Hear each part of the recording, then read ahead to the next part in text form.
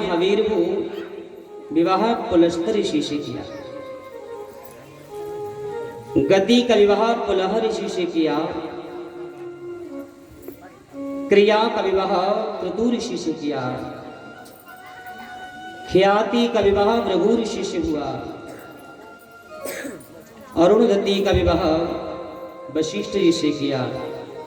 और सबसे छोटी बेटी है शांति, इसका विवाह अथर्वा मुनि से किया। ऐसे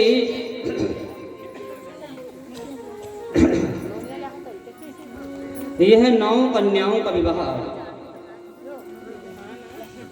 हुआ और उसके बाद कपिल भगवान का जन्म हुआ।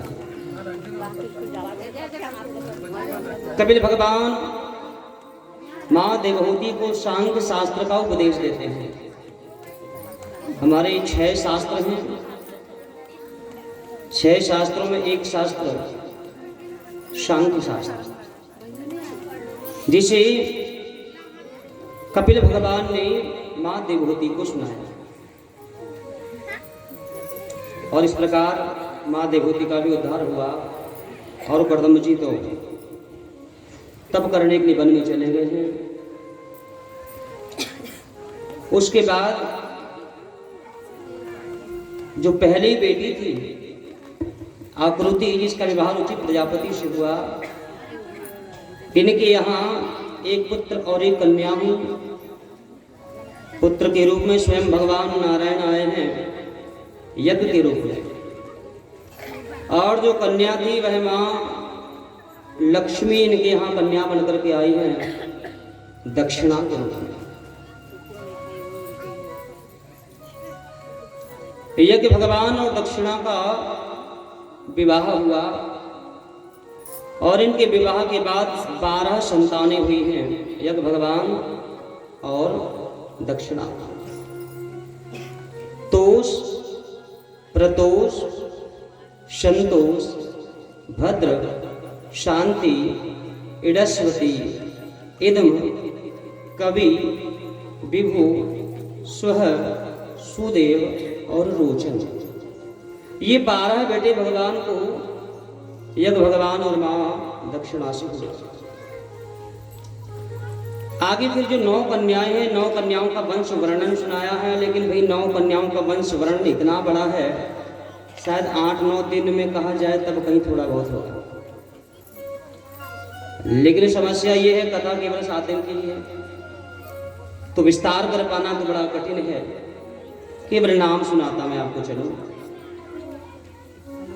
इन जो 9 कन्याओं का आगे वंश बढ़ा, उसमें जो पहली कन्या है कला, जो मरीचि ऋषि को ब्याही गई, उसके यहाँ 2 बेटे हुए, कश्यप और पूर्णिमा। उसके बाद जो दूसरी बेटी है अनुसुईया, अनुसुईया का विवाह अत्रि मुनि से हुआ और इनके यहाँ 3 बेटे हुए। और ये तीनों बेटे भगवान ब्रह्मा, विष्णु और महादेव ही अपने अंश से इनके घर आए। दत्तात्रेय, दुर्वासा और चंद्रमा के रूप में तीनों देवताओं ने अवतार लिया। और माँ अनुसुईया का जो प्रसंग है, अनुसुईया प्रसंग सब लोग जानते हैं। भारतवर्ष की एक अद्वितीय सती नारी है माँ अनुसुईया। जब भी सतियों की बात आती है ना, तो माँ अनुसुईया का नाम कहने आता है। आप पतिव्रता है माँ। और माँ अनुसुईया ने तो अपने पतिव्रत धर्म के कारण, अपने पतिव्रत धर्म के बल पर एक बार कहते हैं भगवान ब्रह्मा, विष्णु और महादेव को भी अपना बालक बना लिया था। तो परीक्षित जी के मन में जिज्ञासा हुई कि क्यों ना ये वाली कथा थोड़ा विस्तार सुन लेता। तो परीक्षित जी ने कहा, गुरुदेव बाकी कथा सब शॉर्ट में सुना दो, पर ये वाली थोड़ी विस्तार कर दो। एक साथ 3 देवताओं को कैसे बालक बना लिया माँ ने। तो बाकी की कथा केवल शब्द में सुनाया है और अनुसुईया जी की कथा को थोड़ा सा भागवत ने विस्तार किया, कैसे 3 देवता अनुसुईया के बालक बने। एक बार तीनों देवियों को थोड़ा सा अभिमान हो गया। अभिमान किस बात का? संसार में हम सबसे बड़ी पतिव्रता है। और देखिए भाई, भगवान कहते हैं कि मुझे मेरे भक्त में अभिमान नहीं होना चाहिए, क्योंकि निर्मल मन जन सो मोहि पावा। मोह कपट छल छिद्र न भावा। छल कपट वाला व्यक्ति मुझे प्रिय नहीं है। शुद्ध सात्विक भाव से जो मेरी शरण में आए वह मुझे प्राप्त कर लेता है।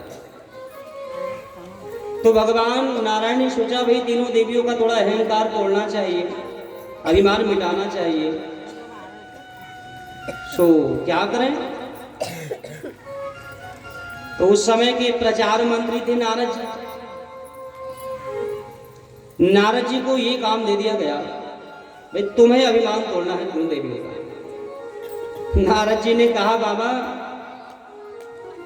आज तक जो काम मैंने लिया है वो पूरा ही किया है, आज तक कभी विफल नहीं हुआ, ये काम भी हो जाएगा। और नारद जी तीनों देवियों के अभिमान को तोड़ने के लिए एक बार गए हैं वैकुंठ। लक्ष्मी ने कहा, रे आओ आओ नारद, बहुत दिन बाद आए हो, क्यों हमारी याद नहीं आती है क्या? नारद जी ने कहा, क्या बताऊं मैया, जब मैं पृथ्वी पर चित्रकूट में मां अनुसुईया के आश्रम में जाता हूं ना, तो वहां से फिर मेरा आने का मन नहीं होता। लक्ष्मी ने कहा, नारद जब से आया है अनुसुईया अनुसुईया अनुसुईया करे जा रहा है, कौन है ये अनुसुईया? अरे मैया तुम्हें पता नहीं अनुसुईया? अरे मां अनुसुईया क्या पतिव्रता स्त्री है मैया, आज उससे बढ़कर के पतिव्रता संसार में कोई नहीं है। अब ये बात सुनी ना तो लक्ष्मी को थोड़ा सा करंट लगने लगा, ईर्ष्या होने लगी। अब भाई देखो, माताओं का एक स्वभाव भी होता है, हाँ, उनके सामने किसी दूसरे की बड़ाई करो ना फिर तो सहन नहीं होती है, स्वभाव होता है। लक्ष्मी को लगा हमारे घर का बेटा और बड़ाई कर रहा है दूसरे की।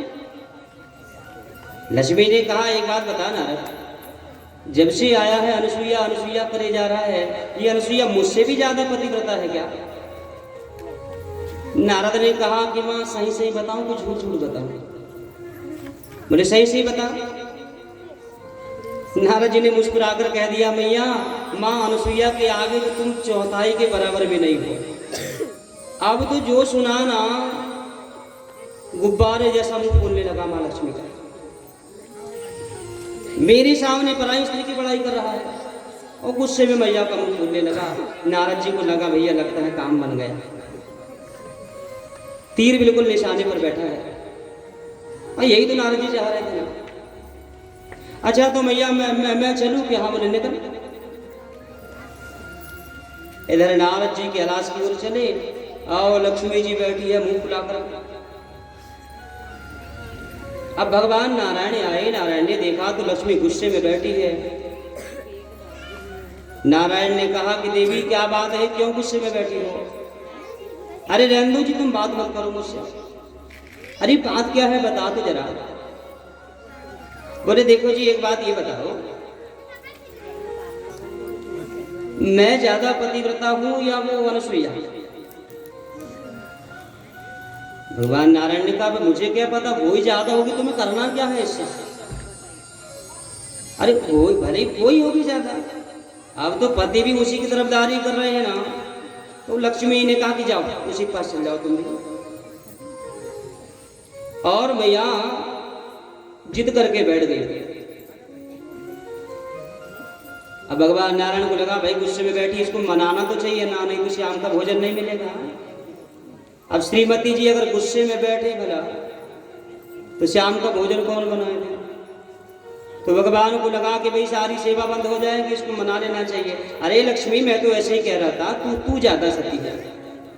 नहीं आप एक काम करो, जाओ जाकर परीक्षा लेकर आओ।